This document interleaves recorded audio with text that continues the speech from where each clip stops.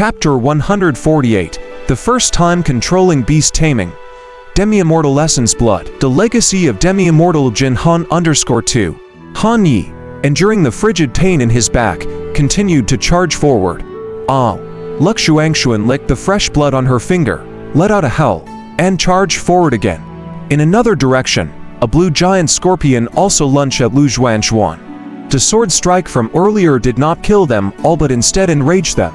The blue giant scorpion spat out a puff of poison gas from its mouth. The poison gas formed a pillar, like a beam of light, charging towards Lu Zhuanshuan. Lu Zhuanshuan did not show any intention to resist. The toxic gas eroded her snow-white skin, revealing bloody flesh that gradually turned black. Just as Han Yi was preparing to hide into the heavenly demon nether dragon scroll, suddenly, he saw a subterranean cave appearing in front of him. The cave entrance, the size of a bowl, was very deep and seemed to lead to the underground. A look of joy showed on Han Yi's face, so he immediately used his magic power to open the heavenly demon nether dragon scroll.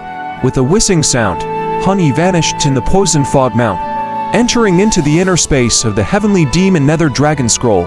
At the same time, the heavenly demon nether dragon scroll turned into a black scroll, accurately falling into the cave, like falling into a bottomless abyss. Lu Zhuanshuan and the blue giant scorpion both rushed to the mouth of the cave, but the entrance was too small for them to enter. Boom! The blue giant scorpion used its giant pincers to attack the cave entrance, trying to smash it open. The immense attack shattered the rock surrounding the entrance, actually sealing it off instead. Blood, fresh blood. Lu Zhuanshuan stared at the blue giant scorpion and pounced on it. She extended her claws and tore open the scorpion's shell, causing fresh blood to gush out from its body, staining Lu Zhuanshuan in blood red. The once gorgeous corpse looked somewhat ghastly and terrifying now. Where did this vertical cave lead? The heavenly demon nether dragon scroll fell for a long time before it landed on the ground. Han Yi endured the pain in his back, injected magic power into his body, stimulating his blood energy. The golden blood energy generated by his unrivaled tyrant body rapidly healed his wounds. His body quickly recovered, but the pain was still present. Centering the heavenly demon nether dragon scroll, there was darkness within an 80-meter radius, devoid of any signs of life. It seems that I've fallen to the bottom of Poison Fog Mountain. Good. At least it is safe for now. Lu Zhuanshuan will definitely not be able to break in for a while. Han Yi did not rush to exit from the inner space of the heavenly demon nether dragon scroll.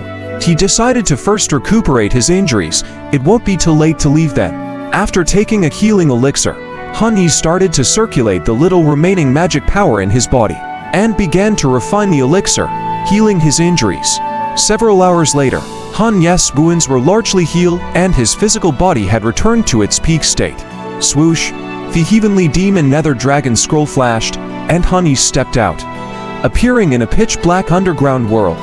In the golden cicada secret realm, although other places were as hot as a furnace, the bottom of the Poison Fog Mountain was extremely cold. It was like an underground ice cellar. Han Yi picked up the heavenly demon nether dragon scroll from the ground, held it in his hand, and a trace of a smile appeared at the corner of his mouth. Thank goodness for the heavenly demon nether dragon scroll, otherwise I would have been dead twice over. He thought that he was able to escape from death so many times not only because he had many hidden cards, but also because his attribute, Heaven Sent Good Fortune, was too incredible. He could always turn peril into safety, and the reversing misfortune and fortune attribute could turn misfortune into good fortune. Originally being chased by residual souls was very dangerous, but now falling directly into this pit might bring him good fortune. Han Yi put away the heavenly demon nether dragon scroll. He turned his palm over, injected magic power into it, and with a whoosh, a black flame resembling a fireball quickly ignited. The Karma Lotus True Fire served as illumination, not a bad idea either. The fire illuminated the dark space, revealing the entirety of this underground world. The surroundings were all natural stone walls, with no signs of human excavation. The stone walls and ground were completely covered by a layer of white frost, forming all sorts of strange ice crystal shapes. Han Yi stepped on the ice and walked forward. About 100 meters away, suddenly, under the thick frost, he spotted a palm-sized metal shard. Crack! Han Yi shattered the ice with a slap of his hand and picked up the metal shard. So heavy, it must weigh at least 500 jin. Han Yi found it almost unbelievable. It was just a piece of metal shard, yet it was so heavy. He had no idea what material it was made from. Upon careful inspection of the metal shard, it was engraved with dense lines, much like the remnants of armor. He had no idea what kind of enormous force was required to tear apart a suit of armor into such fragments. The inside of the metal shard also contained many inscriptions. But unfortunately, all of them were shattered and couldn't be activated again. Han Yi put down the metal shard and continued onwards. Just as he was about to reach the end, a crater over 60 meters in diameter appeared before him. The ground dipped downwards, surrounded by raised edges, resembling the natural phenomenon caused by a meteorite crash. At the bottom of the crater lay the skeleton of an old man, completely encased in ice. The armor on his body was very damaged, with his chest pierced and body appearing to splinter. However, even such a corpse that has been dead for hundreds of years still emitted a powerful aura, creating this underground winter world. Han Yi felt an enormous pressure and, staring at the corpse, he said, "Could this be the original body of that demi-immortal's remnant soul?"